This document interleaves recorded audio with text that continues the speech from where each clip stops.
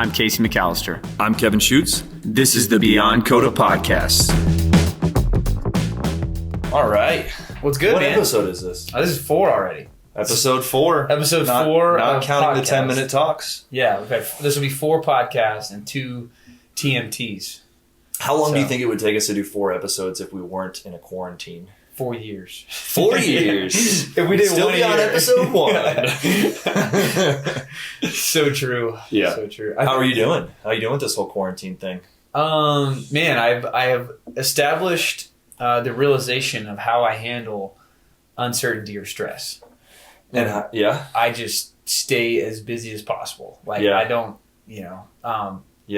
the first few days I kind of was like, all right, I'm going to get stuff done around the house.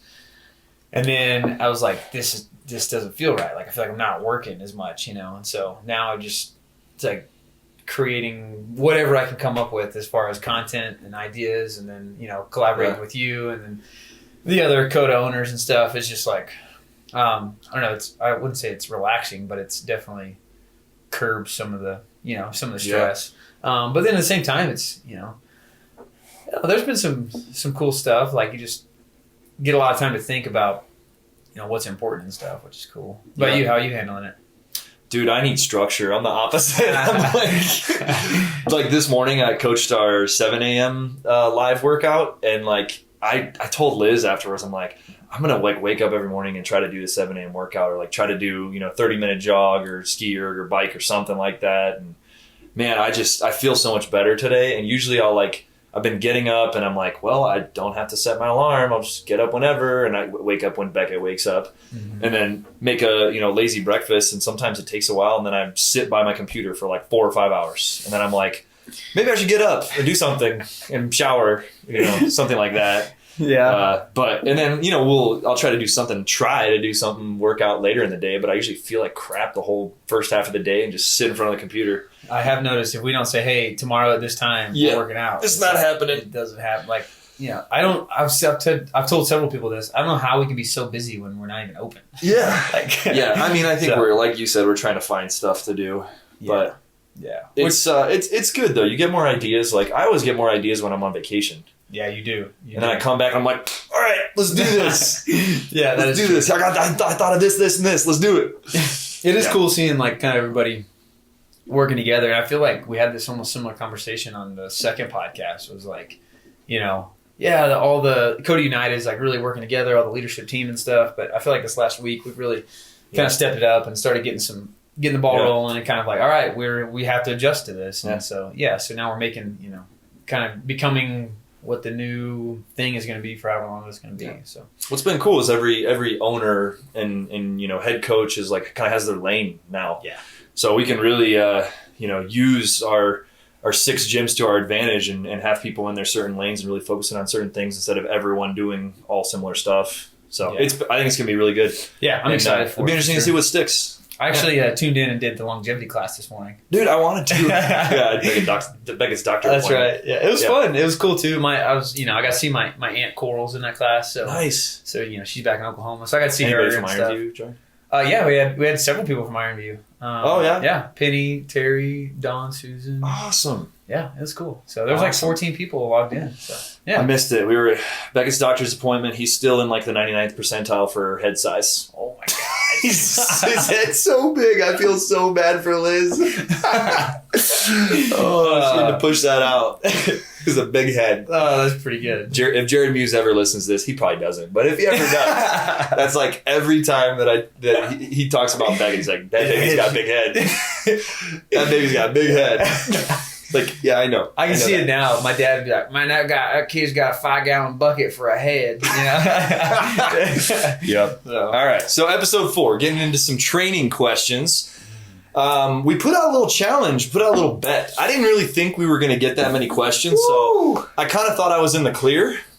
Would you like to explain what the situation is, Casey? So I guess we'll do a little bit more backstory. Is like Kevin and I both are like, man, we need a haircut for like a couple weeks. Look at this. And Kevin's been... I'm overdue. I was overdue before this quarantine started. I was going to get my hair cut the next day before shelter in place started. And what are we... Today's 3 weeks in? Yeah, 3 weeks. So, so you're 3 weeks behind already needing one. Yep. So he's been kind of joking around saying, I think I might just shave my head. But then it's like gotten more and more serious. Like, dude, I think I'm going to shave my head. And then he was like, all right, you decided yesterday. All right. Leave it up to fate. We'll let the viewers decide. So he posted a picture of how ridiculous his hair is. The challenge was if we got questions from 20 different people, then he would shave his head. Well, I would shave his head today. We were hovering at like 16 last night. Early this morning, I think. Oh. Yeah. Or it was either last night or early this morning. Yeah. I was like, maybe I'm in the clear. No. Yeah. We got like 38 or something like that. We got a lot of questions. I think I was at 22 people, and I was like, all right, we got it covered. But the number of questions. So we said it was 22 different people, not just 22 questions, because, that doesn't. And so most people submitted like 2 questions. So we had over 20 people submit questions, and each of them sent at least 1, a lot of them 2, some of them 3. So we probably have like close to 40 questions total, which is awesome. So on that same note, this is episode 4, and as we get deeper into this, we want to do whatever you guys want us to talk about. So if you have suggestions or requests on what do you want our podcast to be about, shoot them our way. Well, obviously we listen to you guys, and you guys have input. So I guess we'll go ahead and start it off. How many times have you shaved your head? First question. Ever in your life? Buzzed it? Over 100. Ask me. How many times have you ever buzzed your head? Once. I lost a bet in high school. And I had to shave my head. This was like junior year. Oh, no. And I had a funny shaped head when I shaved it. And I really hope that it has changed since then, but I don't think it has. I've heard you say that before. Yeah. God. The first 3 years you and I knew each other, I shaved my head. And then, I remember. Yeah. And then in elementary school, I used to bick it. Oh, it's going to be bad. Yeah. It's going to be bad. I made a bet with 2 of my baseball buddies who were linebacker and lineman on the football team. And so I swear I won the bet, but then they still chased me down and held me down, and then they buzzed off. They got a chunk, and I was like, I'm committed now. All right, let's finish it out. Yeah, God. All right. It grew back quickly. All right, let's get into some questions. So first question, are there really any correct forms for lifting, or are they merely guidelines? I'm talking about foot width and hand width. All right. So this one, there's correct form. But yes, it's mostly guidelines, but depending on, what body type you have. So let's take squat, for instance. We always say about shoulder width apart with your feet, toes mostly forward, slightly to the outside, chest up, knees out, weight in the heels. They're kind of like the bases you cover whenever you're teaching the squat. But then from there, if you have some experience and a good coach's eye, well, then you can really fine tune it and, go into that micro scale of where stuff needs to be. And then obviously the more dynamic the lift, whether, if it's a snatch is probably one of the most, probably the most complicated lift we do in CrossFit or exercise.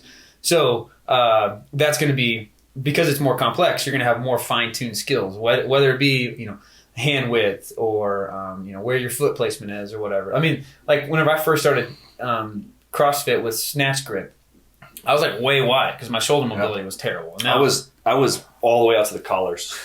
No joke. I remember Teddy Lehman the first time he did overhead squats. He's past the collars, pressing. If you can't see that, if you're not watching the video, if you're listening, he's pressing against the bumper plates with an open palm, pressing against, and then between his pointer and thumb is where the barbell sits, and he's just pressing out there doing overhead squats like that. Yeah, and his feet are past the end of the collar. He was in high heels trying to basically. Yeah, he's in high heels. Did you just get an image of Teddy in high heels? So I guess that I hate to be a cop out, but on that one, there is correct form, but it is all guidelines depending on your body size and stuff. So definitely highly encourage people to try things. Once you get some training experience under your belt, try some stuff you've heard and see if it helps you or doesn't. If you have questions about it, in particular to your body size, reach out. And to expand on that, there's a range for body size, body type, and all that stuff. But like we just mentioned, flexibility can affect it too, which hopefully we can change over the long term. So like you said with snatch, that's a great example. If you have pretty tight shoulders, pretty tight squat, people are going to go out, wide, but that's not going to really be optimal over time. It's just kind of a short-term fix. So we want to try to move hands in maybe a little bit more over time by fixing our flexibility. Brings up a good point too, just kind of to my mind, is we always talk about, how much weight do you lift and everything like that. It's really important to know that you got to have, the current mechanics with no weight, before we start adding load. So you want to get that stuff down, flexibility, mobility, full range of motion, and then worry about your load. So before you can even fine tune your lift, you have to get your movement pattern down. And I do think because of the nature of CrossFit being so competitive, people come in there and they're like, oh, well, I don't want to be with the PVC pipe. Well, just because we, encourage you to be super lightweight for maybe, depending on, where you're at, somewhat of an extended amount of time, that doesn't mean that you're not capable or anything. We're trying to keep you safe and make sure you get the most out of it long term. Yeah. So. I always try to use the Kelly Starrett, the mobility WOD approach, where you sell it with performance. It's like, hey, you're going to be able to snatch a ton more weight eventually if you do it like this. And in the back of my head, I'm like, I just don't want you to screw up your shit. Yeah, exactly. But I don't want your shoulder to tear or anything like that. But we're going to try to, you're going to get way more performance long term out of this. And it's not a lie, but it's just also, I also don't want you to get hurt. Yeah, that's a really good point. Yeah, really good point. So next question.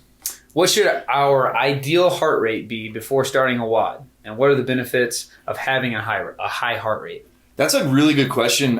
This doesn't get asked very much.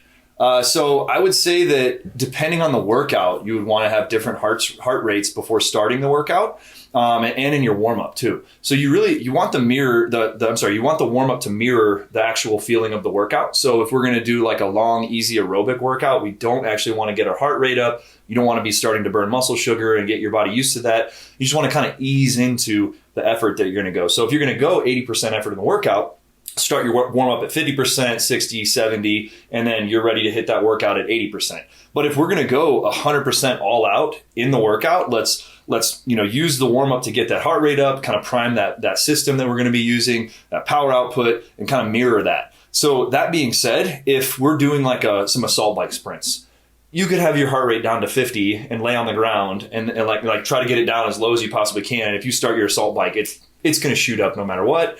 And then, even if you had that heart rate up pretty high right before you did an assault bike sprint, I think it might just kind of take away from how hard you could go. Whereas if you are doing an aerobic workout, you want it to start a little bit lower, so it's going to slowly take a little time to build up. So just kind of mirroring what you're going to do in the workout. What do you think? Yeah, I've heard it said before, the longer your workout's going to be, the shorter your warm-up kind of is, and the shorter your workout, then the longer the warm-up. And I really like that kind of as a guideline.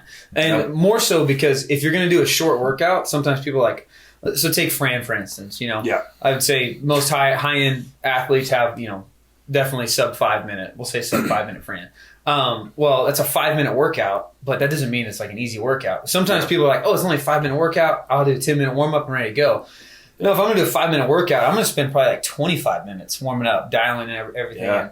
Kind of the inverse, or kind of the same relationship, but inverse for aerobic stuff. If I'm doing a 45-minute aerobic base session where I'm running, rowing, and ski erging or something for 45 minutes straight, well then maybe I only have a 5 to 10 minute warm up and exactly what you're talking about, kind of mimicking it. But the amount of time in the workout compared to the warm up, I like the idea of an inverse relationship there. Have you ever just gotten into just a horrible, intense workout without a good warm up? Oh yeah. What happens? Oh gosh, I just blow up. Yeah. Yeah. Yeah, no, especially assault bikes, right? There's been times where, we did that assault bike cycle a few months ago. Yeah, and just no warm up. And I was making a point. I'm gonna just turn the bull beat on and get to work. I don't know how many times I ended up doing it by myself at the gym, and I was like, I got to do this. It's just something I have to do. Well, I'm at the gym by myself. I have 45 minutes to get through the strength and the workout, and I'm like, whatever. I'm just gonna get into it. And the first one, I was like, ooh, this is gonna suck. But by the second one, I'm just done, right? And then you come in on the last one whenever I'm blaring assault bike to see it. Just blasting Volbeat. I think you get, if you don't do a good warm-up, you get way more of an adrenaline hit. And then once that wears off, it's oh my God. I've never thought of that. That makes perfect sense. Yeah, fight or flight mode goes in full effect. And then I always think back to that damn Wadapalooza workout. Years ago, I did this. And I was thinking this is going to be a great workout for me. It was assault bike Fran. So, heavy chest to bar frame, by the way. So it's 21, 15, 9, 21 thrusters. I want to say it was 135. Was it fat bar? No, it might have been 115. It was heavy thrusters, chest to bar, and then 21 calorie bike sprint, and then 15, 15, 15, 9, 9, 9. Done. So I can do 21 calories on the bike in like 9 seconds or something like that. So I'm like, I'm just going to, kind of chill on the beginning and then I'm going to crush this bike. So I do the thrusters. I broke it up a little bit. Everyone else was way ahead of me. I get to the chest to bar. My first set of chest to bar, I was all excited and it felt so easy. And I just like pulled way too high and I hit my nose square on the bar on the first set of chest to bar. Adrenaline dump.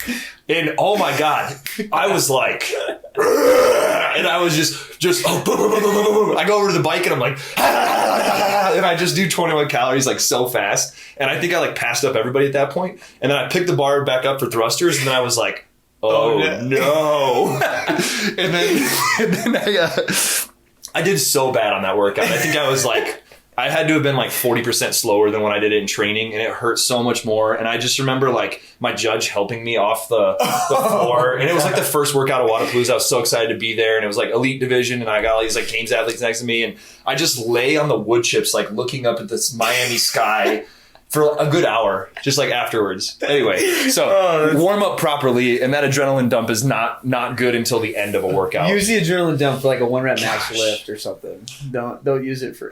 All right, Casey, are abs made in the kitchen or the gym? Yes. So I hate to use that, but I think for the most part, the kitchen is where as far as when we talk about like diet and stuff, you can do abs, you can do sit-ups all day.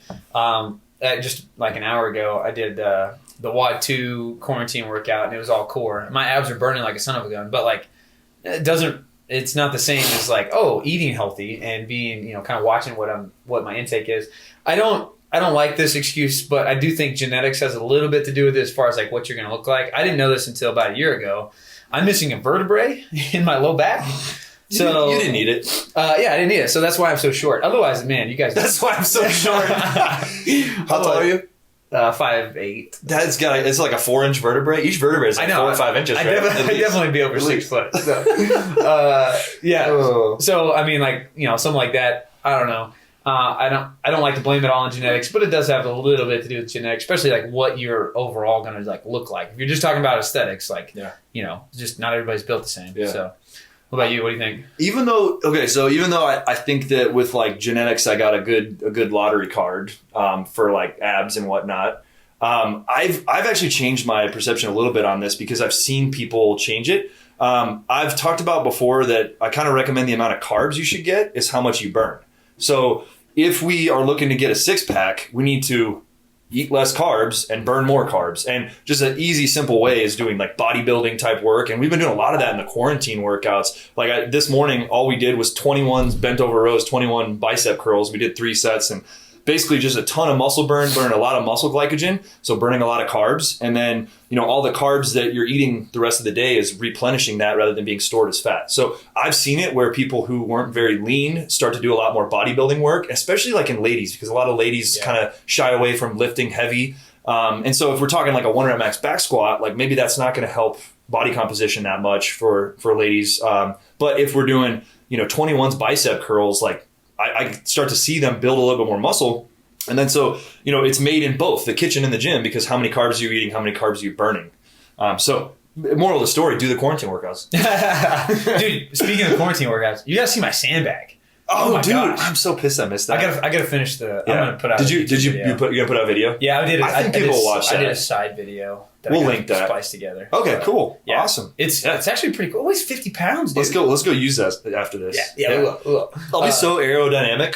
I won't have any hair. I won't have any hair to hold me back when I do sandbag workouts. It's gonna be great. So true. All right, next question, Casey. What are the tips for people who are just starting out to create habits that stick? Oh man, actually, this is a really good question, and some people are kind of like, how do I make all this good information that's coming out? How do I implement it? Well, within the question, it says we're trying to create habits, and obviously we mean healthy habits. Well, in order to create a habit, you have to develop somewhat of a routine. So just like you said, hey, I need to get up every day and do this, right now, especially during quarantine, like I need to get up and do something that kind of gives me structure. If you're somebody that needs that structure written out, like go to Google Drive and create a schedule of like what you're going to do for the day and make it a habit. And then you can even go back and like mark it red if you missed it, mark it green if you did it. And you can see like of all the stuff that you're trying to do. And this sounds like a lot of work, but once you get it made, your week stays pretty much the same for the most part, right? You go to the gym at this time every day, you go to work this time every day, and, this and that. So I would develop some type of something to give you that structure. So then once you have the structure, you'll develop habits around that structure. But then also like figuring out what works for you. Once you get a taste of like success or results, it's like, oh, it's really easy to be motivated. So give it an honest effort for X amount of time. And then, if you're working hard, you're going to see results. And then it kind of motivates you as well. That's kind of like trying to see, maybe trying to notice unexpected results. So what I mean by that is if somebody's, trying to get a 6-pack and they start to change these habits for sleep or nutrition and working out, like maybe all of a sudden they have way more energy. Maybe all of a sudden like their skin looks better. Like there's just going to be all these, other side benefits that you might have when you change into some good healthy habits. And by focusing on that, it kind of helps you stick to it and not just, because if I don't have a 6-pack yet, then like shit, it kind of, it discourages you a little bit, but maybe I have all these other gains. It's like I always tell people, like if you're 90% of the way to a muscle up or 10% of the way, the result is the same. It's 0. Oh yeah, that's a good point. So it's like it's hard to like try to keep training for this one goal if it's cut and dry of 0 or 1. Yeah, no, that's a good point. There was something on that one that came to mind, but I don't know what it was now. So good job, Casey. Yeah, I can't make it'll come back to me, I'm sure. Next question. Sure. All right. Can you talk about improving CP battery and more about what that is? So CP battery, that gets thrown around a lot in Koda programming.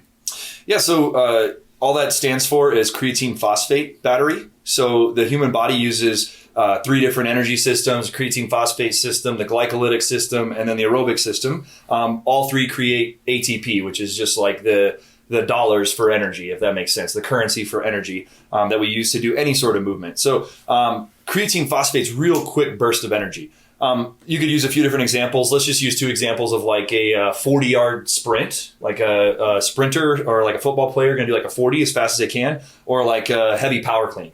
So that's the creatine phosphate system. When we talk about CP battery, that's how quick can we recharge. So if Casey runs a 4.440, but then he rests a minute and then tries to do it again, and he runs a 4.8 and then tries to do it again and does a 6.1, that's pretty slow. That's getting into slower for him. That means he doesn't have a very good battery. He can't recharge very quickly. Same thing with the power clean. If you can do, a heavy power clean every 20 seconds to start, then it's like every 40, then every minute, then you're not recharging very well. So we could geek out on like the science behind this, but the easiest way to think about this and to change it is to try to work on it. So whenever we do EMOMs, that's very measured. If you do 3 power cleans every single minute on the minute for 10 minutes, you could either try to increase your weight or you could try to increase your reps as you repeat those workouts. So like one week you do 3 reps, and the next week you try to do 3 to 4 reps. So if we work on that, that's literally trying to teach our body to replenish that energy system faster. But in addition to that, our aerobic system can kind of help with that. I know personally, we do this test in Koda all the time. That's 8 minutes of power cleans after you find your 1 rep max power clean, and it's at a percentage. It's at 90% of your 1 rep max. So I would always get a good 1 rep max power clean, and then I would like just die to try to get to double digits. I couldn't get past like 8 power cleans in 8 minutes. Because my CP battery just would not recharge very quickly. And then Casey, do you remember your scores? Yeah. So a little deeper on that test. So it's like 8 minutes to establish a 1 rep max power clean, and then you change the weight out to 90% of whatever you hit. Yeah. And then you do 8 minutes max effort power cleans at 90%. So it's literally like 16 minutes. You get 2 tests, and it tests some speed strength on your power clean, and then CP battery. So my first time doing that test, I think I may have tied a PR on my power clean. Anyway, for me, it was really, really strong. It was like 275, right? But then I put on 90% of it, and I want to say I got like, I don't know, 20-ish reps, maybe like 22 reps. I think you might have got more than that. I remember. Yeah. Okay. Like a good guy score is around like 20 to 22. A good girl score is like 24 to 26.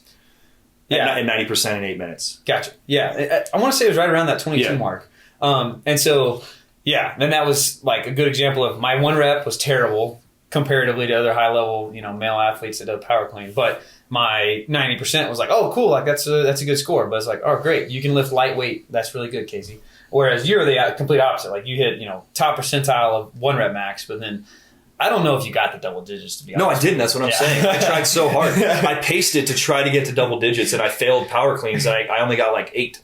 Yeah. So this is like probably one of the biggest things, one of the things I'm most proud of as far as training is I just trained CP battery and aerobic capacity so much. And it was maybe like 3 years difference between doing this test. I remember my exact numbers. So I power cleaned 345, put on 90%, which is 310, and then I got 8 reps. And this I tried was 5 years ago. This is like 5 years ago. And then 3 years later, I power cleaned 350, so 5-pound PR. And then I put on 315 and I got 22 reps. Oh, that's awesome. And I wasn't expecting to because we hadn't tested it for so long, but it was a combination of doing CP battery work, but I also wasn't in pain because my aerobic system was much better. So it was just like, okay, am I ready to lift this weight? Okay, I'm not going to fail. Lift the weight.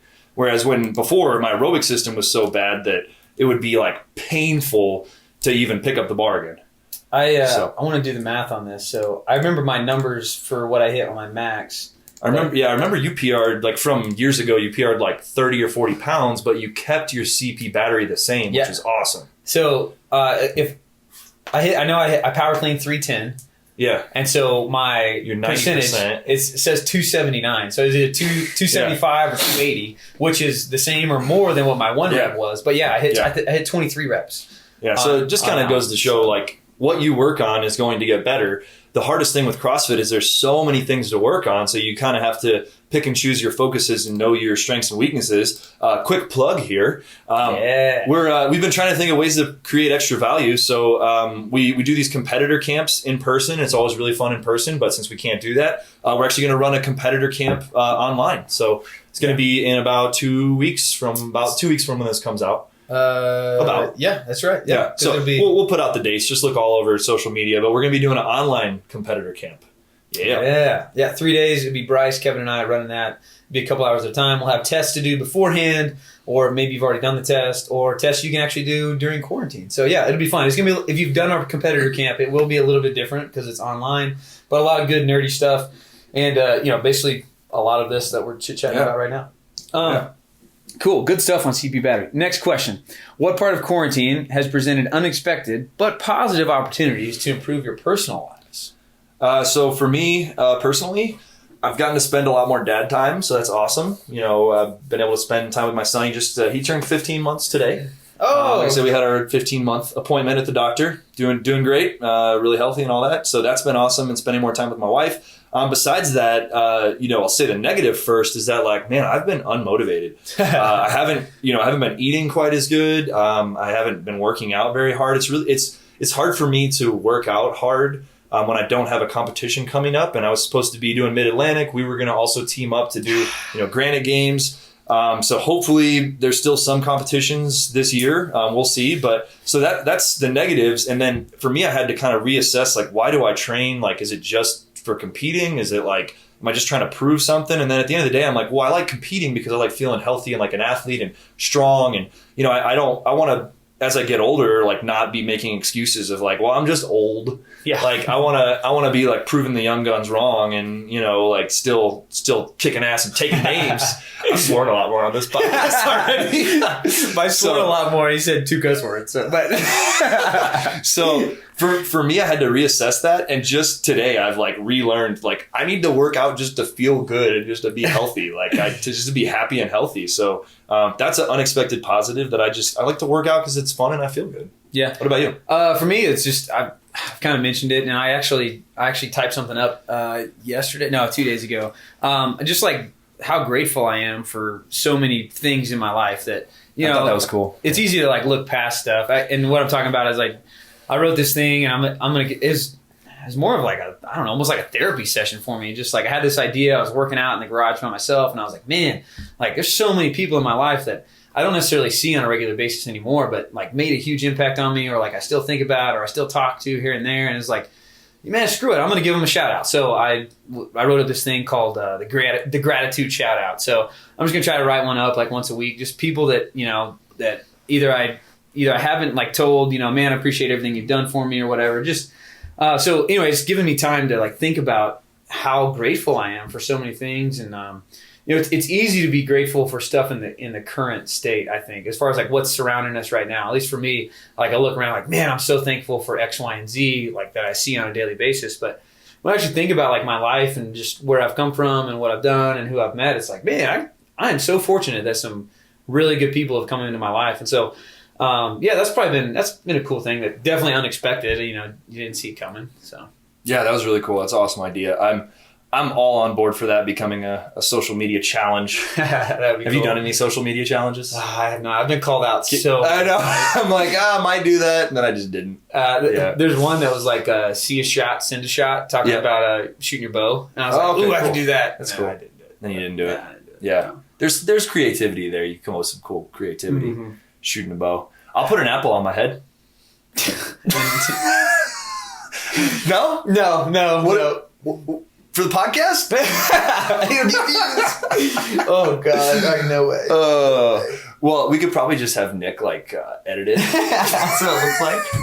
Yeah, or or do one of those ridiculous there's a shot of me with an apple on my head. There's a shot of you pulling your bow back and letting go, and then all of a sudden the arrows in the apple behind me, and I'm like, oh.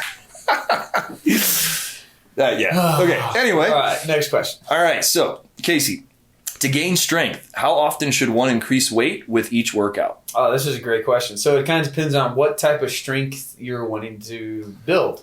So in the competitor camp, we'll dive more into this. But so if I'm trying to get, if I'm just trying to get super strong for a 1-rep max, well, then I probably need to, for me, knowing myself as a low MME athlete, low neuromuscular efficiency athlete, I need to do some lifts at a higher percentage. Maybe not like 20 reps in a session, but a few reps that are really heavy, making me dig real deep into my system to kind of lift heavy weight. If my goal is to increase my 1-rep max, if my goal is to, like what you were talking about, put some muscle on, and what we're talking about are abs made in the kitchen, well, then I need to think about what my goal is. And there, I'm just trying to develop some muscle and get some muscle burn and create body composition. Well, then the amount of weight that I'm moving might not really matter as much as the number of reps and how deep I'm going within that muscle fatigue. So, man, it's almost too broad of a question to answer directly. It's just it depends. Yeah. Let's see here. I would say let's use the linear progression or a linear progression example. So a linear progression, you're going to start with a, say, 5x5 bench press 1 week, and you're going to do a 6-week cycle, and you're going to increase weight each time. Well, then, if you know you're doing 6 weeks of the cycle, you're adding 5 pounds each week. That means throughout the cycle, you're going to build by a total of, that'd only be, 25 pounds, because the first week you wouldn't add weight. Still, though, you can still get some good gains off of that, probably. Right. So that you would have a very structured system, and the idea there is that you're going to see the results because you're moving more weight. It's a linear progression. It's called linear for a reason, right? So, but that's just that's one training example that doesn't fit all categories. So, I would say it depends on what you're trying to train for, and a better understanding of this would definitely be in the competitor camp. What else you got? I see two types of athletes screw this up both ways. So and we coach some athletes individually. So I see this firsthand is some people don't put on enough weight and try hard enough. So you by having them do a linear progression and repeating some movements, you can kind of force them into going heavier. And I'll even tell people okay, if you have a set of dumbbells, you're using a 35 this week. Okay, we're going to try to hit the same reps with a 40-pound set of dumbbells. And that's a huge jump, but really, I thought that they had more in the tank and they didn't go that hard. Then there's the other end of the spectrum where they are doing too much heavy lifting and they're crushing their nervous system, and their nervous system can't quite recover. So, you want to push your weight hard enough where you get a response, but easy enough where your nervous system can recover. And that's the key right there. So, if you don't feel like you're getting as much strength gains, I don't know who asked this question, but if anyone listening doesn't feel like they're getting enough strength gains, you're probably in one of those two boats. Are you pushing the weight enough, or are you pushing it too much and not letting your body actually recover and get stronger? Yeah, it's probably good too to know your training, your training age too. Yeah. If I'm trying to get stronger, it says to gain strength. I'm thinking absolute strength again. But if I'm just trying to get stronger, a 1 pound PR on my lifetime back squat would be huge because that just means I can lift as much as I ever have, and that would be awesome, right? Which boat do you think you're in? Are you doing too much or too little for strength? It's not a very specific question, but I don't know that I'm doing too much or too little of either one. Yeah. I do think so for me, if I'm working on absolute strength, like squat, deadlift, bench, then I actually don't need that many total reps. I think literally like a 3-2-1. Yeah. Where I do a really heavy set of 3, add some weight, a heavy set of 2, add some weight, a single, and do that just every week. My central nervous system responds really well as far as like getting taxed, but it also gets recovered. So that's one thing. Now, if I'm working on speed strength, like snatch or clean and jerk, I need volume at moderate to heavy load. I guess that was a leading question that you kind of answered the way I was going to talk about, is that you have a really good handle on whether you're doing too much or too little. You probably already know because you've trained for so many years. And the same way with me is that, like, if Casey misses like a 1 rep max or doesn't even get close to it, he's like, oh man, I'm wrecked. Like, he's not like, oh no, have I gotten weaker? Like, I haven't been, doing enough. Like, he's probably like, oh man, like I've been doing too much and, I haven't slept enough. I've been eating, man, I really need to change that. It's not like, oh no, I've gotten weaker. That's a good point. Yeah. And so for me, some of my like best performances and like biggest strength lifts are like, I don't hit my numbers like a week or two beforehand. Then when I start to deload, then I just feel awesome. Once you let that nervous system recover. I've seen that with you a lot. Yeah. Just be honest with yourself on, do you think you're not doing enough or doing too much? Next question. Thoughts on nasal breathing only training? So I don't know why, but this question in the exercise science world, like, gets people fired up and like lots of drama. Like, I don't understand why there's so much drama to this. Like, because the way that I view it is that I do think it's helpful. And there's some good studies out there that show that it is helpful, especially with nitrogen oxide uptake, which is going to help blood flow and can help your aerobic capacity and help your performance. But like, then people argue, well, that study didn't do this correctly. And it's like, well, dude, if it works for you, do it. What's the problem? So what I've found to be helpful with nasal breathing is a few different examples. I like to warm up with it when I'm going to do an aerobic workout that's like a pretty hard aerobic workout. So what I mean by that, especially I can think of one specific example. I don't remember which week of the Open it was. It was like a 20-minute AMRAP. And what was it this year? It was like toes to bar, maybe double unders and like thrusters. It was dumbbell squat cleans or dumbbell thrusters? I think it was dumbbell thrusters, yeah. And then toes to bar and double unders.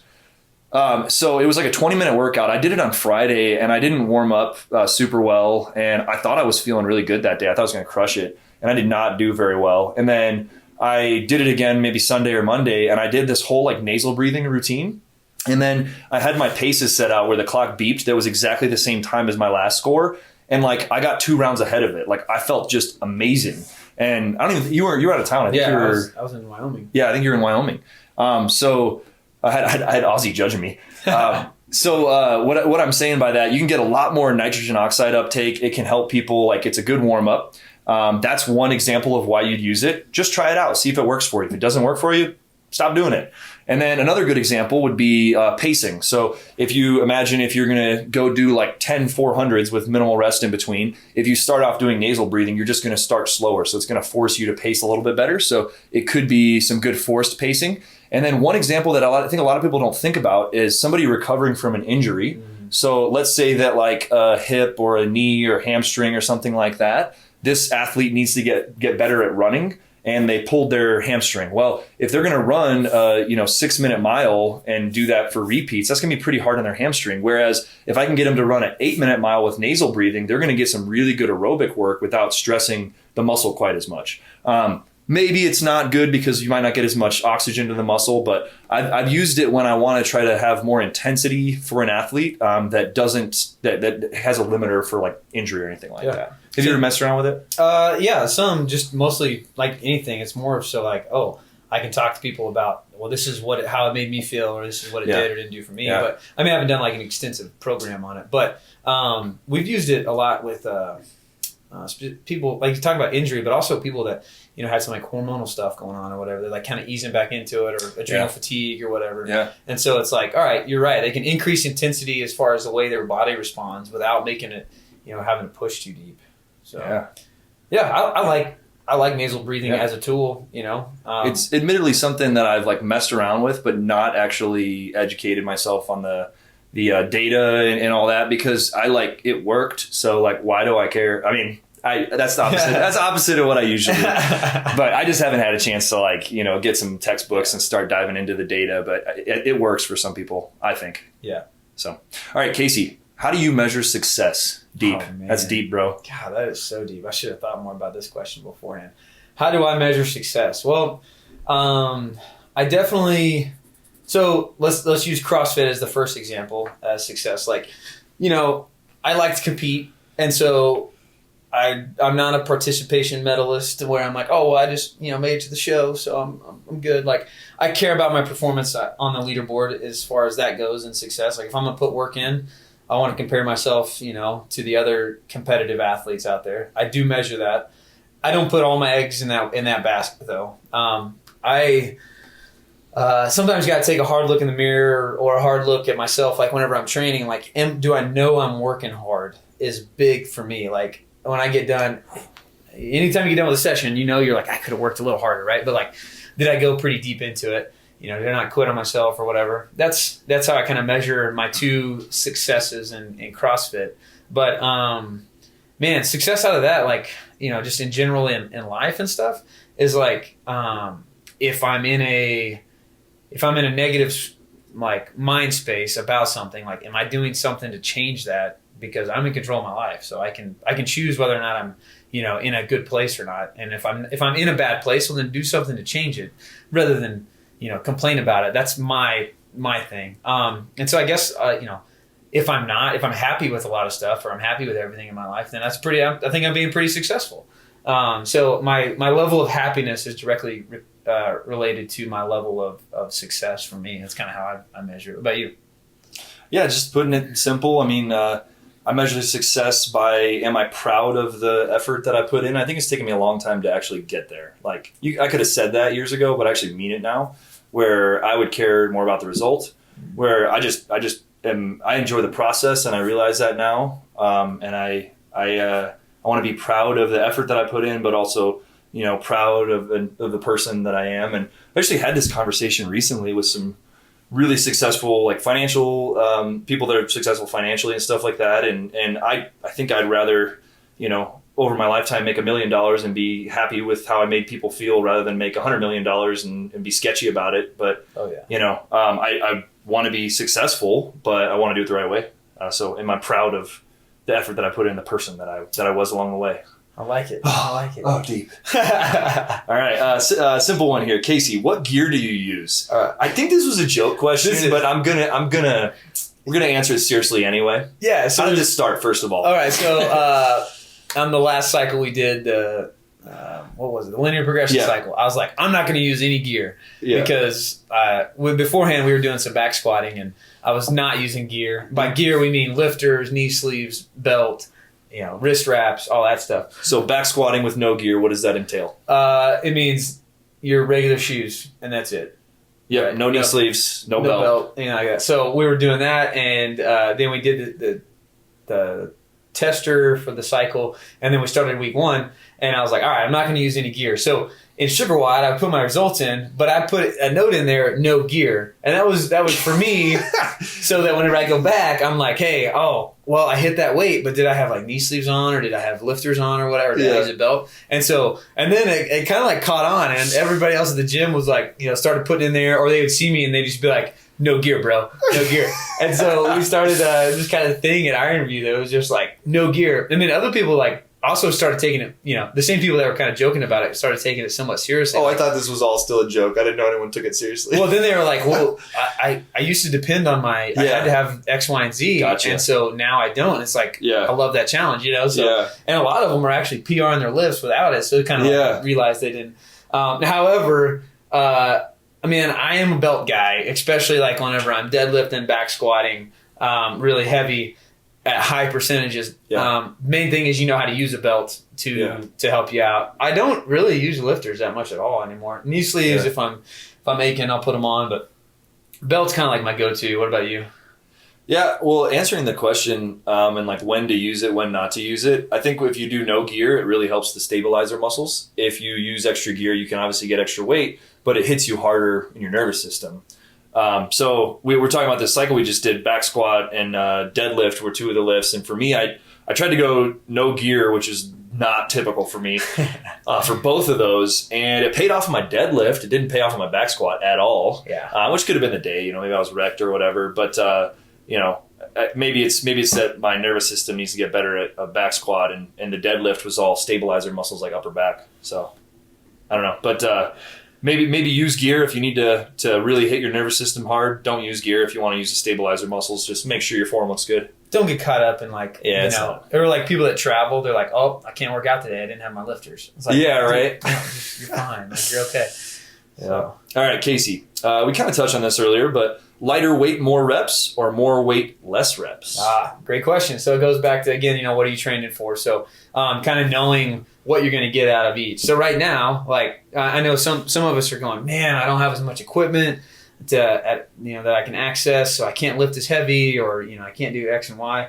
That's okay. Just use this as an opportunity to do lighter weight, more reps, and out of that you'll benefit with some like bodybuilding stuff. So a little bit of hypertrophy work, probably some new muscle growth, stuff like that. And if then once we get out of quarantine, you could develop all this new muscle and then go back to a normal setup, and you could use some heavier weights with maybe less reps, and then you can, with that new muscle, develop some more strength around that muscle. So kind of knowing what you're going to do with it. But I would say if your goal is to just get stronger, then lift heavier weights with less reps overall, kind of general guideline there. And then if you're wanting to create some muscle size, probably lighter weight, more reps.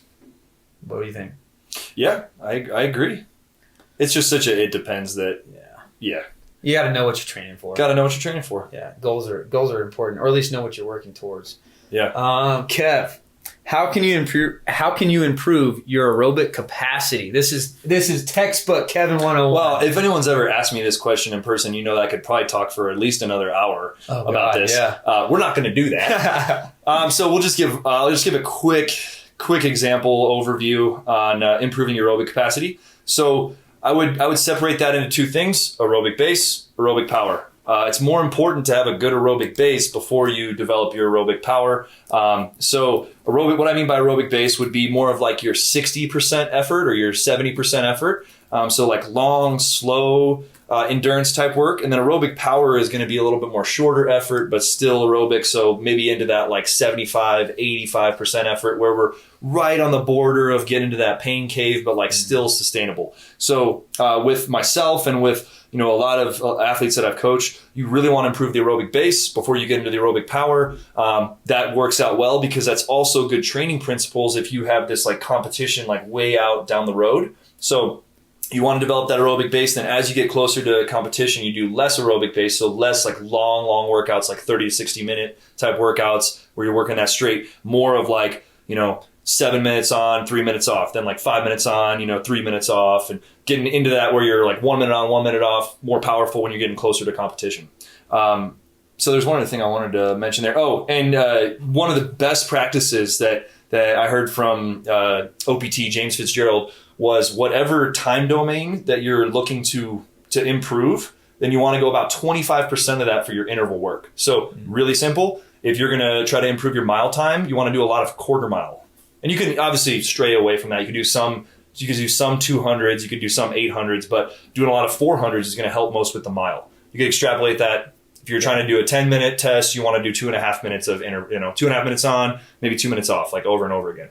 Yeah. So those are some really quick examples and some good takeaways. But like, man, I could really geek out on that for a long time. Where could you like hear something about you geeking out? Oh, you can go to the competitor camp, the online competitor camp. What's funny is like, so it's definitely going to be for Koda members, but there's not going to be a charge for Koda members or anything like that. We're just trying to get a lot of people to attend it online. Please do. We need. Kevin and I can sit here and talk by ourselves, obviously, but we need more social interaction, please. All right, Casey, what's your favorite and least favorite memory while training? Oh man! So actually, one of my favorite training memories is just freaking a Koda Norman 1.0. Just that vibe. I remember that's I guess it was 2 summers I was there, but the summer when it's just hot and we had no AC. We're in Oklahoma. It's humid.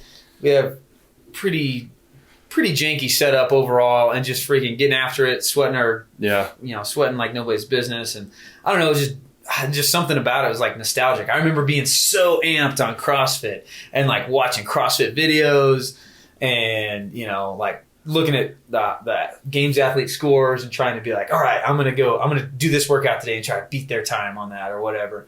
There's just something about that whole like vibe. I don't know, that was fun. And another awesome training moment was when we were training, I think it was for Regionals 2016. And that was just a fun period. After the Open, whenever you and I were both going as individuals, and like the workouts came out like polarizing as far as like, your strengths, my strengths and stuff. And so we were training together, and it was like we already knew who was going to win the workout going into it, but we were trying like hell to beat each other. Yeah. And, I don't know, it was just a fun environment. And that was also the first year they did the fittest cop thing, so that was cool.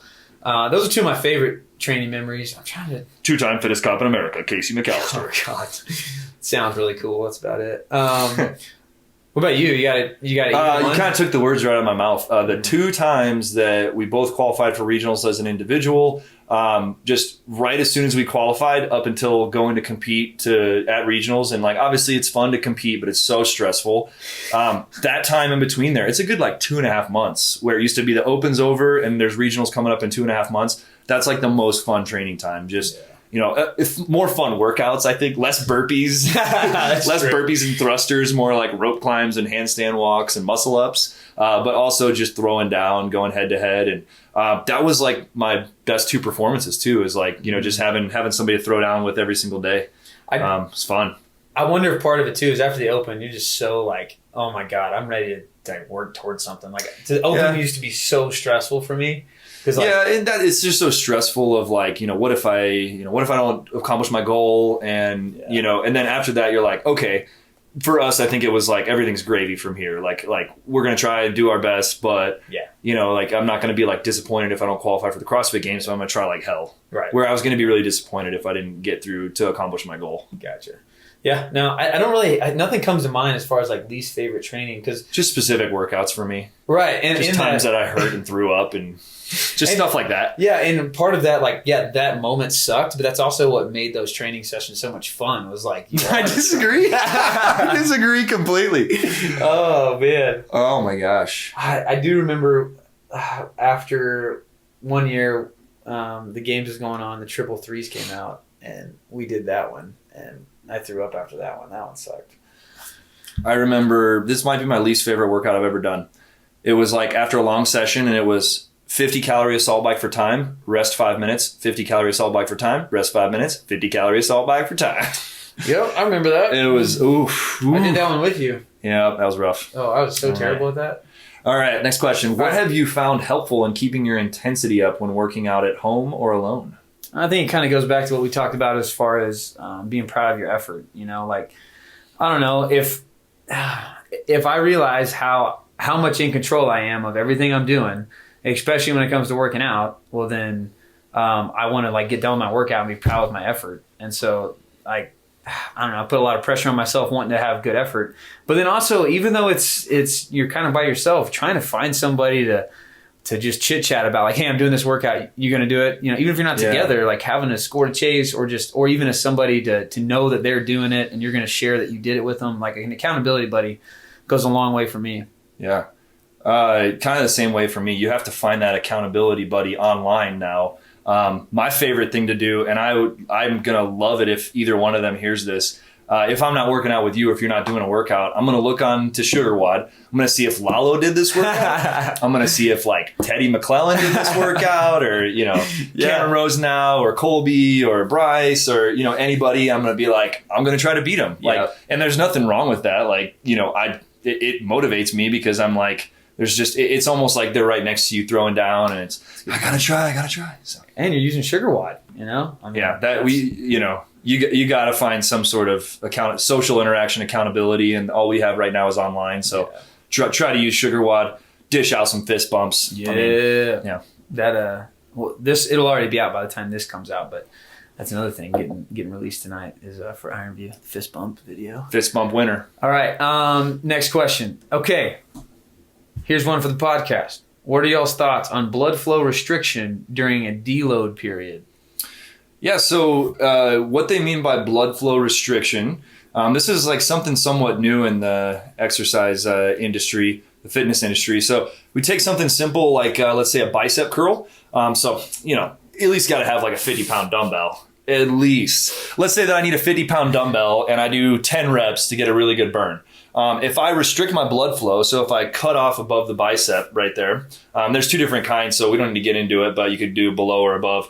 So I get a little less blood flow to my bicep. I might only need like 25 pounds and 5 reps to get the same response that I just needed to do, to have twice the weight, twice the reps. So why would that be good? Well, you get the same response without stressing your joint as much. My elbow might not hurt as much if I have that blood flow restriction. But that being said, I've seen some stories of it being super sketchy because, like people trying to use like a tourniquet or something like that on themselves. You can't measure how much you're restricting your blood flow. You might be restricting it by 5%, or you might be restricting it by 95%. And that 95% would not be very good, especially if you did that for a very long time. So if you're going to do something like that, I think the best reason would be if you're recovering from an injury and then you're going to a physical therapist that knows what the heck they're doing. They have a very nice machine that's going to show that you're restricting a specific percentage of the blood flow. They're going to have specific protocols. Do not try this on your own. Like I would not recommend trying it on your own, because what I've seen with like the data is that if you don't get the perfect amount of restriction, if you get too little, too much, then it doesn't even do what you're trying to accomplish. Like it's not going to even really help. You might as well just do some bicep curls anyway. But for very specific examples, like if you're recovering from an elbow injury and you want to strengthen the bicep, you can do very, very minimal weight and still get the same for the muscle. That would be the only reason I would probably recommend it, because it can just be sketchy, and just do some regular bicep curls, bro. Yeah, or whatever the example is. Right. Yeah. Yeah. I did see something the other day that was like talking about that, and they said the restriction should be like a 7 or an 8 out of 10. But like you bring up, like, well, how do I confirm that it's a 7 or 8 out of 10? Yeah, you need a machine. Yeah. All right, we got one more question here, and then we might do like some quick questions. Yeah, I like it. So, Casey, what's the best exercise to strengthen your back with body weight or resistance bands? Sweet. So I assume this is kind of a right now question, like, hey, I'm at home. I needed to get some pulling in, but I don't have much equipment. Well, first off would be some type of pull-up bar, or that would be awesome, right? Now, that's assuming you only have this question. I think kind of limits that, saying you don't have a pull-up bar, but a pull-up bar would be great. Or like a TRX band or rings or something like that, and get a lot of pulling work in there.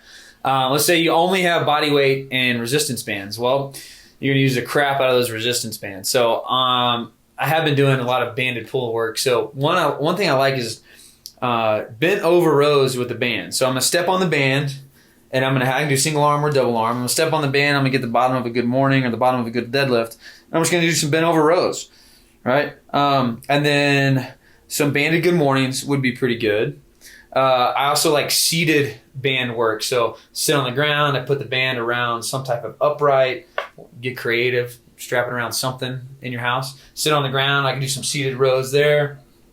And then also, a lot of times you don't think about it, but banded pull aparts, kind of that upper back shoulder area. And kind of throughout those movements right there, it kind of covers most of it. And then you get creative with your rep count. So I like to have some fun with it. Well, sometimes I like to have fun with the rep count. Sometimes I just like to do work. If I'm trying to be fun, well then maybe like a 10 descending rep down to 1. So 10, 9, 8, 7, 5, all the way down to, I forgot 6 there. I was like, you missed the number in there. 10 down to 1 of like banded rows, but then add maybe like push-ups in there with it. So that would be like 55 push-ups, 55 rows. You have a huge arm pump, kind of a fun rep scheme there. Or you could do, banded rows and sit-ups. Same rep scheme, but something like that where it's kind of fun. Or you could just do sets, to failure. Even like, all right, I'm going to do 30 seconds max effort. Or one I like to do, I do with a lot of my athletes sometimes, is like, all right, 200 banded. Well, we're talking about rows. We're doing back stuff, so say banded bent over rows for time, and your minimum set count is 30. right? So if I did 50 the first set, awesome, boom. But then I'm really depleted. I'm going to have to rest at least probably like 45 seconds, maybe a minute or so to get 30 on the next one. If I just rested 5 seconds, well, then I wouldn't get 30. So be kind of creative with that. You can get creative too with any type of front rack load is really good for back work. So if you have something that's laying around that's heavy, if you have a dumbbell or something, awesome. But I know we're talking about body weight only, but if you have something to hold in the front rack and just hold on to it, carry it around and do lunges with it or do squats, it's going to strengthen up your upper back as well. I totally read this question differently than you. I was thinking low back, but I didn't even think about upper back. Like I was thinking like lower back for some reason, because maybe this person was trying to strengthen up their deadlift or their low back and glutes. I'm glad you thought of it that way because I didn't even consider that they might be talking about their upper back because that makes sense. It's really hard to train upper back without much weights and stuff like that. But what's cool is it changes you out of your routine. So like a resistance band, for example, is like minimal resistance here, then like way more resistance to the end. So if you're using a dumbbell, it's the same all the way through. This time in quarantine, doing a little bit different types of workouts is going to be good for a lot of people long term. The key is if they're actually doing workouts. So I think it will be good to change up the routine a little bit. If this person is talking about low back, then I would say, doing some like single leg type stuff, like single leg deadlifts. If you have some odd objects, like Casey talked about doing a front rack carry, maybe doing like a one arm carry or something like that. And then you could do some single leg banded good mornings or double leg banded good mornings. So whether you're talking about upper back or low back, you're covered. Boom.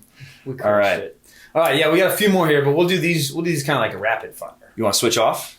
Let's do it. I'll ask you first one. I don't even know what the first question is. That'd be good. All right. All right, so if you're not familiar, we do this thing called the 2-minute meltdown in our 10-minute talk. This is what we end with.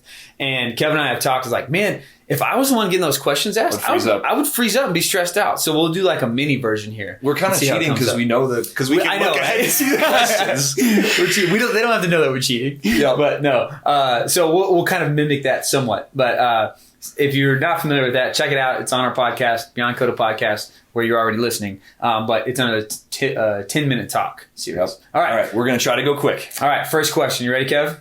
Yes. All right. Let's do it. Is it bad to work out 7 days a week? Do you like gains? If you're going to work out 7 days a week, you got to take at least 2 days light to get your proper gains. Simple answer. Casey, typical on-off schedule. Typical is 3 on, 1 off, 2 on, 1 off. So kind of like what you were saying, I work out 5 days a week. I rest 2 days a week. That's typical. I might also, one of those off days might be like a recovery day with like a jog or a bike or something. Next question. All right. 2 days. What are some tips to optimize your training during multiple sessions? So pick the type of workouts that you're going to do according to if you're going to do 2 a days. Do your like easier aerobic workout first in the day. Do your harder one later in the day. Try to spread those out as much as possible and think about your meals. You're not going to want to like have a meal right before you're going to hit your second session of the day. So plan those meals accordingly. And then last thing for me is like a high NME, like an explosive fast twitch athlete. I need to get those electrolytes in, especially in the middle of the summer. So I like to have an electrolyte pill. It's just potassium, sodium, and magnesium and stuff like that for electrolytes. I take that right after my first session, and I always feel better my second session. Casey, how do you count workouts per day? All right. So people always say like, yeah, I did 3 workouts today. Well, what do they mean by that? Well, when I say I've done 2 workouts today, that's like 2 sessions. So, and generally a session for me is about an hour. So if I do 2 sessions, that would be like 2 hours of training. Some people might say like, yeah, I did 8 workouts today. And that was like, they did, a strength, they did a EMOM, they did a strength, another strength, and then a workout. That would be like 4 workouts, but that I could condense that into 1 session. I would count that as like 1 session. So, if that answers the question. So number of like basically hours per training. All right. Next question. When should you take a rest day? How sore do you need to be to back off? If you're really, really sore, then maybe take a rest day is a simple answer. I like to plan my rest days, and I like to plan crushing myself and making myself sore the day before a rest day. But if you don't plan ahead of time, then if you feel like your performance is declining, that's time to take a rest day. If you usually hit a certain number on a lift and you know that, if you usually hit a certain time on a workout and you know that, and it goes downhill, it declines, it's probably not that you're less strong or less fit. It's probably that you're wrecked and you need to take a rest day. All right, Casey, when lack of sleep can't be avoided, aka shift work, should I alter training the day after? So it kind of goes back to the question that was just asked there. If you feel like your body needs a rest day or you need to change up training, by all means do it. However, if you're doing shift work, you're probably working out also to relieve some stress. So it's not just about performance. I would say most people work out because they want to feel better and just be healthier, not because they're a super competitive athlete. So therefore, make sure you're still getting some training in, because the mental health aspect and the response and stuff like that, rather than worrying about your results from an athlete standpoint. You could probably attest to something similar with having a kiddo. Yes, I haven't been. Well, now I'm sleeping a little better, except for the last 4 nights. He's throwing a hissy fit when he tries to go to bed, and it's about an hour of him crying because he doesn't want to go to bed. That's neither here nor there. But the first 6 months, oh man, it was rough. So the way that I adjusted it is, I was okay with crushing myself the day that I was tired if I knew I was going to get a good night's sleep that night. I never knew I was going to get a good night's sleep. So if I was on shift work, I'd be okay with hitting a hard workout, but really prioritizing sleep that night. But, if you know that you're going to have to be woken up throughout the night, then probably don't crush it that day. Yeah. Good response. Casey, thoughts on pre-workout supplements? Oh man, I took pre-workout forever. So I think the big thing for me is like pre-workouts. If you're using it because you're like, man, this is going to make me such a better athlete, you're wrong. If you're using it because you like caffeine or whatever, like also pre-workouts, I guess is kind of up for debate on what that is. Because I know like Kevin, you like to have like an O2 or something before, which is basically just caffeine and electrolytes. Yeah. So that would be considered a pre-workout to some. Others are like, unless it comes out of a crazy looking box or tub and has a scoop in it, it doesn't count as pre-workout, right? So, so I think knowing what you're trying to get out of it, and then 2, if just make sure you know what you're taking. There's been a lot of in the competitive world as far as CrossFit goes. There's been a lot of bans and stuff like that, and I genuinely think several of them were just like, oh, I thought this was okay to take. I don't think they were actually reaping huge benefits. I don't think it. the juice was worth the squeeze. Well, when we're talking about banned supplements, can you use that analogy? Well, what I'm saying is with some of the people that got popped for like stuff that doesn't even really help that much. So other people, it was the stuff that helps a lot. It was the juice. Yeah, it was the juice. So I don't have a problem with it. Just know what you're trying to get out of it, and know what you're getting out of it and what's in it. All right. So we've kind of already answered this one, Kev. Should I take creatine, and what are the real benefits? We talked about CP battery earlier, creatine phosphate. If you ingest different types of creatine, there's multiple different types, monohydrate, ethyl ester. You can kind of top up your creatine stores. Another way is you could eat some good healthy meat. That would help you, top up your creatine stores pretty well. It's not going to really help you with your CP battery, like helping you recharge and teaching your body how to replenish that, but it will help you with just like one max effort set. So if Casey's hitting like a 225 bench test and he usually gets, 15 reps, then he might get 17 or 18 or something like that. So it might help you get a little bit extra reps and dig a little bit deeper. But most people, if they're eating enough meat, are going to be pretty topped up on creatine anyway, which is one of the reasons that I recommend people eat healthy meat. Is there's many things in there like creatine that you should get for optimal performance and health. Perfect. All right, Casey, go to pre or post training meal. Yes, I need to just eat more whenever I'm post-training. Hopefully, meal. yes. Hopefully there is a meal. Obviously if I'm done training and I can go home and like almost relax or whatever and have a big meal that has, meat and veggies and some hydration and some electrolytes, stuff like that. Awesome. That would be great.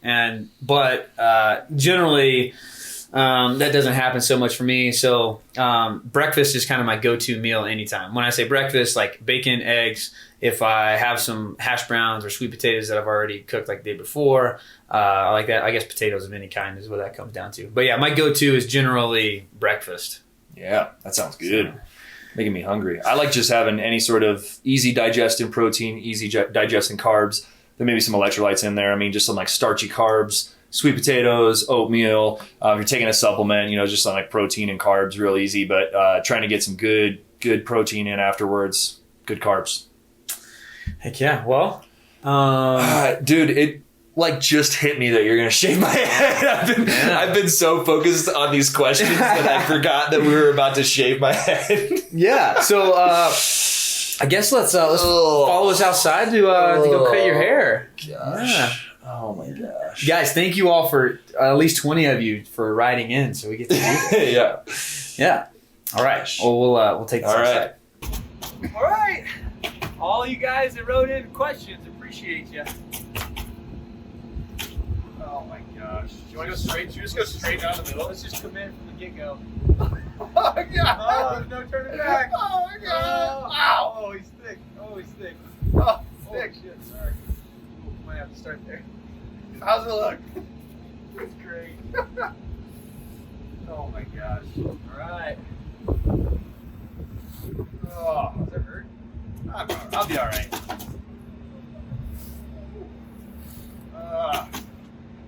You got some thick hair, you. Yeah, I got thick hair. Should we go get a close up now? Oh.